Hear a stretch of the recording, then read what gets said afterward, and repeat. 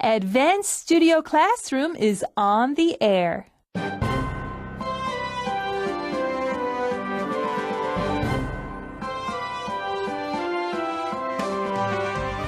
Do you have things in your home you just can't part with?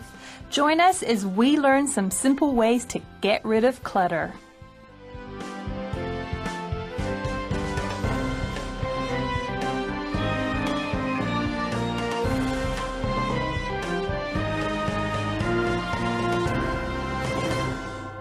Well, hello listeners, and welcome to our lifestyle article for the month of August. We're going to be learning some tools or tips on how to make sure you don't have so much clutter in that closet of yours at home. But to join me today, I have two great panelists, and I'm going to let them introduce themselves. Hello listeners, this is Simon. I'm glad to be back with you today, especially with us talking about a topic as important as this one, decluttering your life. It is important, Simon. Hi, everyone. My name's Peter. Amanda, thanks for having me. Well, thanks for coming on the show.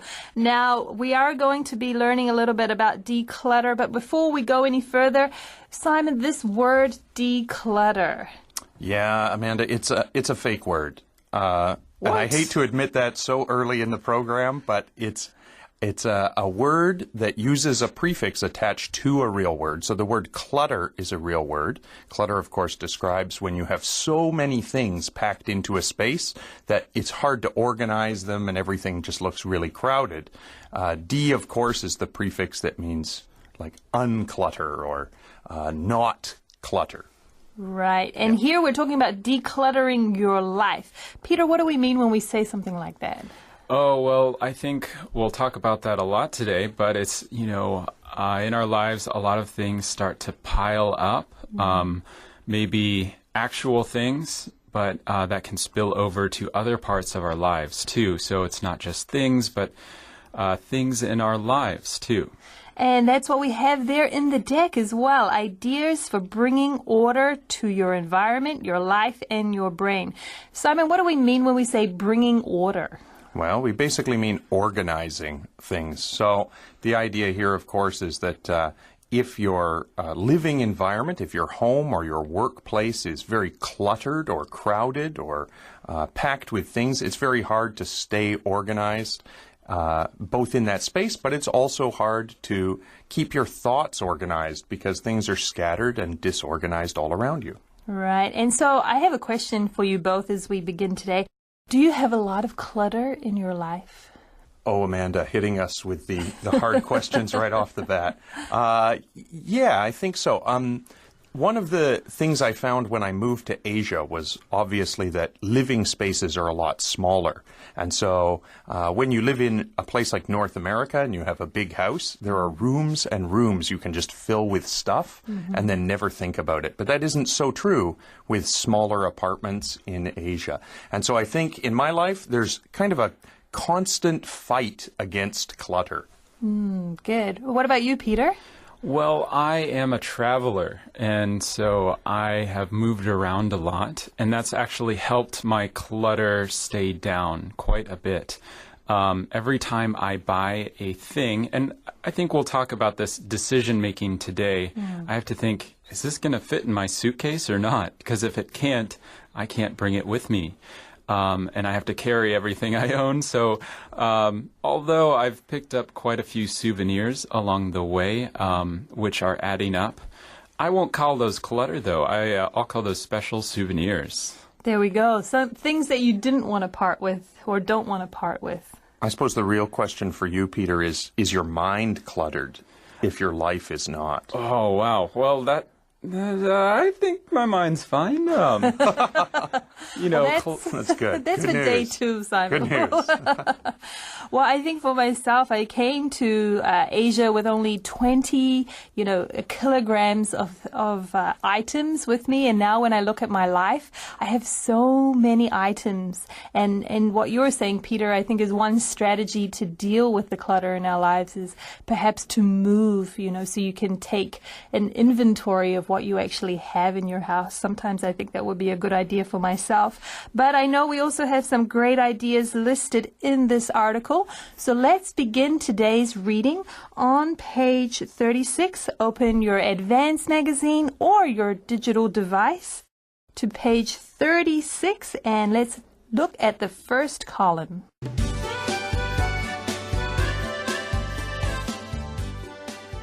Declutter your life. Ideas for bringing order to your environment, your life, and your brain. 6 super simple ways to declutter your space and life for good. You think you're a clean person. You don't leave dirty dishes in the sink. Not often. You sweep occasionally. Sometimes you even make your bed. But still the clutter piles up, and it quickly becomes so overwhelming that it's hard to know where to start. Which is why we asked professional organizers for their top tips to get rid of clutter for good. They're simple and won't leave you picking up for hours on end. 1. Nip procrastination in the bud. Procrastination is what causes clutter. Clutter is nothing more than postponed decisions. 2. Start small. Many people get discouraged because the job is just too big. Choose one drawer, take everything out, and ask yourself, what is this doing here? If you don't know the answer, the item needs a new home. 3. Ask yourself, would I buy this today? If the answer is no, throw it in the toss or donate pile. If you're upset about the money that you paid for something that you never wear, deciding to keep it in your closet won't put money back in your pocket. All right, on this first day, we learned 6 super simple ways to declutter your space and life for good. Now, we open the first paragraph with this statement, you think you're a clean person. Well, gentlemen, I want to ask you, do you think you're clean people? Yeah, but I'm still cluttered. And that's really what they're talking about here, right? They give some examples. They say you don't leave dirty dishes in the sink, hopefully not for too long anyway. You sweep occasionally, and sometimes you make your bed. So you're a fairly clean person, right? But nonetheless, clutter piles up. And I think that's really the important part about this article. Right. So we're making a distinction between being clean hygienically and having a lot of things in your house. Yeah, and so when I first thought about this, I was, oh yeah, I'm organized, I'm fairly clean. But then this does describe me, because I have fairly good habits, but at the same time, all of a sudden, these things start piling up, and the table starts to get covered with various things from the week. And, by the weekend, you're cleaning the whole house and you're like, I thought I was clean. I thought I was doing pretty well. Right. And it says in the next sentence, it quickly becomes so overwhelming that it's hard to know where to start. Now, I can relate to this. Peter, you're talking about the table getting many things on it as the week goes on. And I have that a lot. By the time Friday comes around, I think, where did all this stuff come from and where am I going to put it? Yeah, and I think, to be honest, I think when the clutter really sets in heavily is when you sort of have your own house, because then you start to get things like appliances. So, for example, a water heater or a blender, things like that. And those things, they come with boxes and, of course, a lot of paperwork. And you kind of want to keep it in case something goes wrong with the appliance, right? Right. So you end up with a room full of boxes for things like blenders that are just kind of empty boxes stacked up. And then that is clutter. Yes, actually, I have one room in my house where that is the case. There are boxes in there. I open the door, I become so overwhelmed, I close the door again. Well, I actually like this word overwhelming. I was trying to look up the Chinese for this word, and because I wanted to use it for a situation, and I still haven't quite found a satisfying answer. So I think in English we use this word a lot. It means kind of a situation is something you just can't handle or bear. And so we would just call that situation overwhelming. And that's what you're talking about, Amanda, right? Close the door because you just can't think about it right now. You're Right. overwhelmed. I look at it and I think, where am I going to start? It's hard to know where to start, it says here in the article, which is why we ask professional organizers for their top tips to get rid of clutter for good. And I like that idea because I can start and then often it will just return to the way it was before. I'm not actually getting to get rid of everything that I have in my house or the things that really need to go. So these tips are simple and won't leave you picking up for hours on end. What do we mean by that phrase, for hours on end, Simon? Well, it just literally means for hours and hours and hours. So Right. you're working on something for a very long time, for Right. hours on end. Okay, good. Now, what's our first tip for today, Peter? Tip number 1 is nip procrastination in the bud. What does that mean? Well, procrastination, that is dangerous. This is when we need to do something, but we feel like we should just put it off. We don't want to do it, so we say, I will do that later. And then when later comes, we say, I will do it later still. And when later still comes, we still don't want to do it. So it just means putting things off. And what do we mean when we say to nip something in the bud? Well, it's a phrase that it kind of comes from plants. When you picture a small plant growing, we say it has a bud. That's when the plant is first coming out. And the idea here is that if you nip the bud, it means you cut it off before it has a chance to grow. And so nipping something in the bud means stopping it before it has a chance to really develop or grow into a big problem. Good. Okay. So we go on to see a phrase here or a quote here from Laurie Martin. She is from Simplicity Organizers, and that's a blog about being organized in your home. She says, procrastination is what causes clutter. Clutter is nothing more than postponed decisions. What do we mean by postponed decisions, Peter? That means procrastination, right? Anything postponed is delayed, put at a later time. Right. And Simon, do you agree with this statement? I think so, because, for example, when we were talking earlier about boxes from appliances, right? You keep these boxes, but really after you've used the appliance for a month or so, you're not going to take it back to the store. And so there's no need to keep the box, but you kind of avoid making the decision to throw that out. And so, yeah, I think this is true. Clutter really comes from avoiding making decisions. Yeah, and the decision usually is use it in a smart way or throw it out. But when you leave it on the dining room table, you're not using it and you're not throwing it out. So you're procrastinating or postponing that decision of, what do I want to do with it? Well, it could also be a decision. There's a phrase we use in English. We say, out of sight, out of mind. And what that really means is when you put something somewhere you can't see it, you don't think about it so you can avoid doing anything about it. And I think that's probably more my case. I come home from work, I'm tired, and so the decision I make is to not take those boxes out to the recycling, right? Right. Yeah, I think for me, it's always in the back of my mind, I think perhaps I will use this in the future.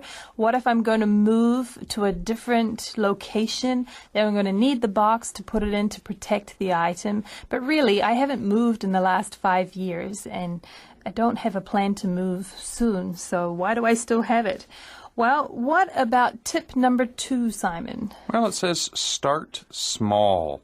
And I think that is also an important point here. It goes on to basically say that we get discouraged, we give up because it seems that the job is just too big, right? It's a whole room full of boxes. And so the idea here is if you start one box at a time, the problem becomes much more manageable, much easier to deal with. Right. And I think this is my problem. It seems too big to even get started. But what does the Rachel Segel, what does she advise people to do here, Peter? Yeah, well, she says just start with one drawer, take everything out, and ask yourself, what is it doing here? So she's saying just pick one problem area. We have lots of drawers. We throw our things in, like Simon said, out of sight, out of mind. So instead of cleaning your whole bedroom all at once, because, we don't really have time for that unless it's, the weekend or something like that. Right. Just choose one small problem and deal with those choices. Don't postpone those decisions. Make the decision right there. Again, this is going back to my favorite word of the day, overwhelming. Yes. Because if you deal with the whole problem, it overwhelms you. But if you take a small problem and deal with that, you won't get overwhelmed and you won't procrastinate. Right, good. Well, she says if you ask that question, what is it doing here? If you don't know the answer, what does she suggest you do, Simon? Well, she says you need to find a new place to put that thing. If it doesn't belong in the drawer, it needs a new home, and that really just means a new place to be put, whether it's in the garbage can or the recycling bin or a different drawer. Exactly. Or give it away to someone you know may need it or would like it, then you can do that too. Okay, Peter, what is tip number 3? All right. Ask yourself, would I buy this today? I think this is great. So if you look at some item you have, maybe when you were walking along the street, you saw it, I have to buy it. And it's been sitting in your house for 5 years, and now you see it and you go, what is this doing here? If the answer is no, I would not buy it today, then get rid of it. It doesn't have value anymore. So either throw it away or donate it. Well, it has an interesting phrase here, throw it in the toss or donate pile. What is that, Simon? I think that's a reference to this idea you sometimes hear from declutter people. Right. They talk about setting up different piles when you are sorting your stuff. So, for example, they'll say when you pour that drawer out from point number 2, you would sort the things into 3 piles. 1, keep it. 1, throw it out. 1, donate it. I suppose you could also have a pile for recycling or something like that. But it basically helps you decide how to get rid of your stuff. Right, and Jenny Aaron here, she even addresses the emotion you may feel as you're deciding whether to keep an item or not. She says if you are upset about the money that you paid for something that you never wear, deciding to keep it in your closet won't put money back in your pocket. So to keep that in mind when you're looking at that piece of clothing that you bought but never wore it, well, it's not going to bring the money back to you, so be wise about those decisions as well. Well, we're learning some good tips here, but let's go on to our next reading to learn some more.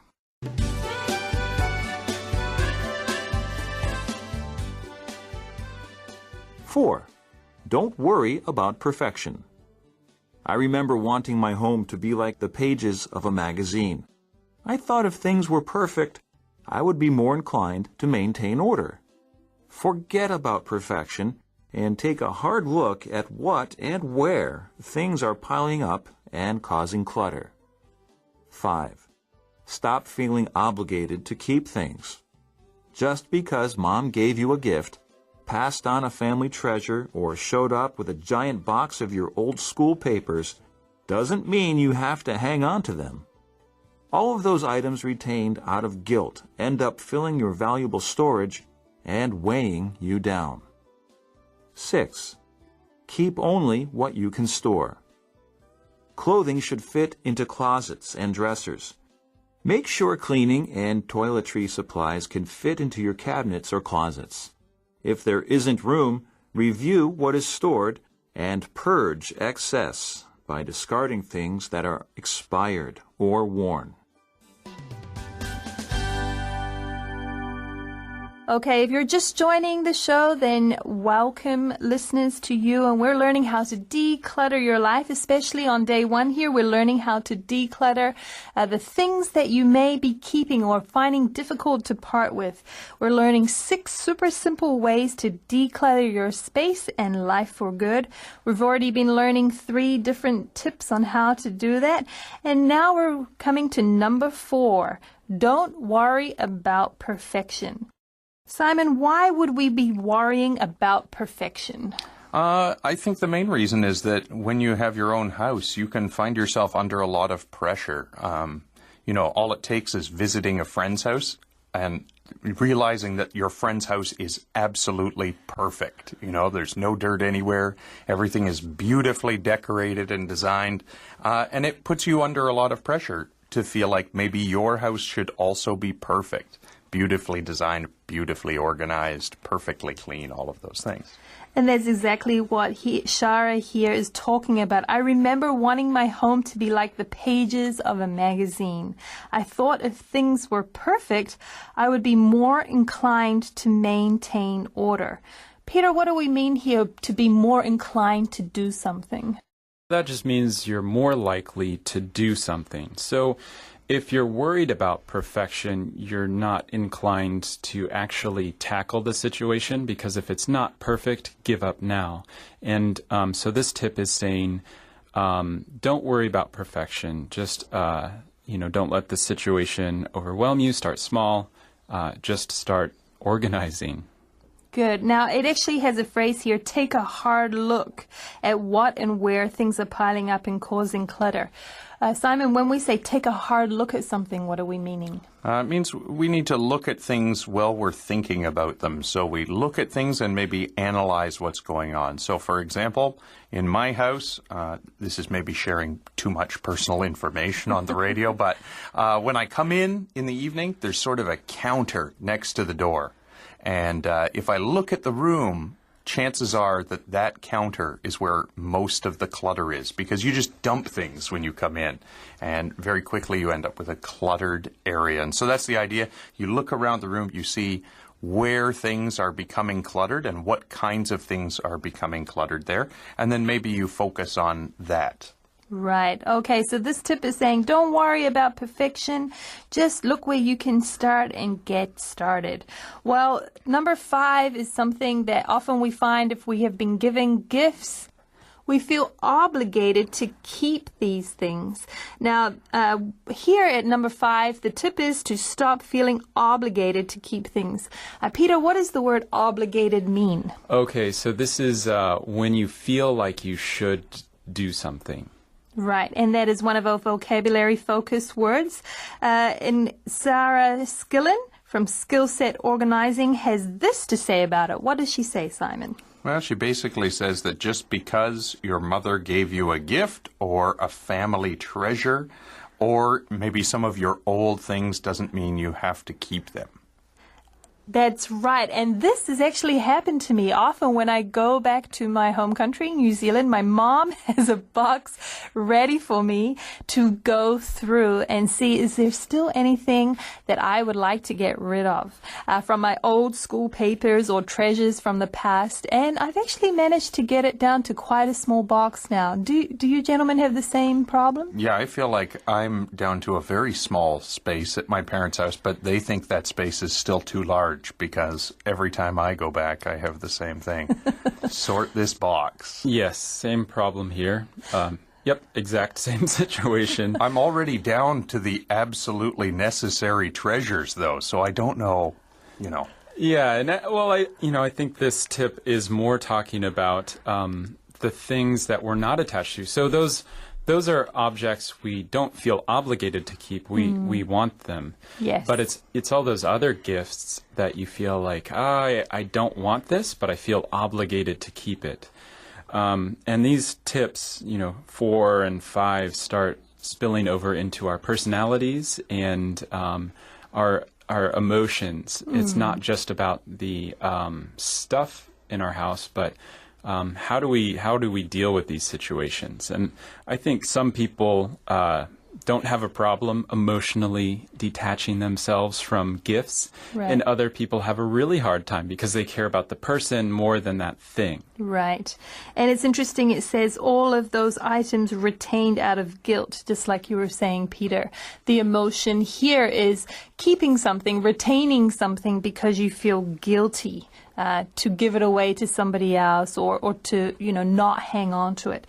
Well, it says it ends up filling your valuable storage. So a place where you could use it for other items and weighing you down. Simon, what does that phrase mean? Well, when something weighs you down, it means it worries you or it holds you back in some way. And so I guess the idea here is that when you're keeping all of these things from your past, it's basically holding you back, keeping you from moving forward. And I like these two phrases.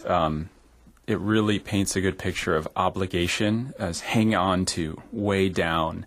And it's almost like these things are attaching to you, to yourself, and kind of pulling you, and you just can't escape it. Right. Okay, well, this is great. It's leading us to number 6. And the tip here is keep only what you can store.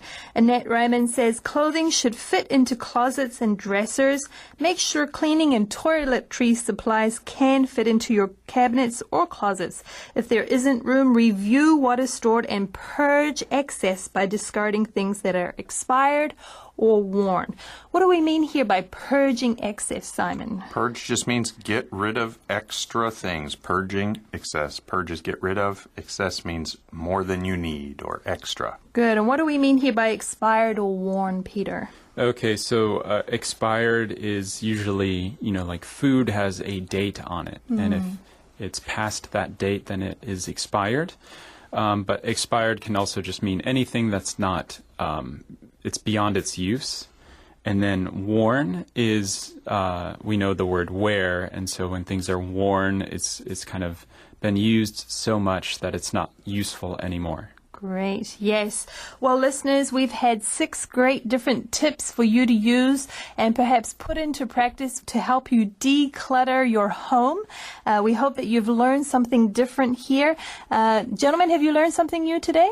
I have learned a little bit, but more than that, I have been motivated to go home and get rid of my clutter. Great. Peter, what about you? Yeah, I think I've heard these tips before, but I need to hear them again. And I think, we all have different strategies for our lives, but this is motivating me as well to get home and declutter my life. Well, listeners, we hope that this has also motivated you. If you do, and it has done that for you, perhaps you can share that with us on our Facebook page or online. Make sure that you check out that Facebook page, and also online at studioclassroom.com, and check out our QR code in the top left-hand corner for our Topic Talks videos. Well, that's all the time we have for today, but we thank you for joining us. This is Amanda, Simon, and Peter, saying goodbye. Goodbye.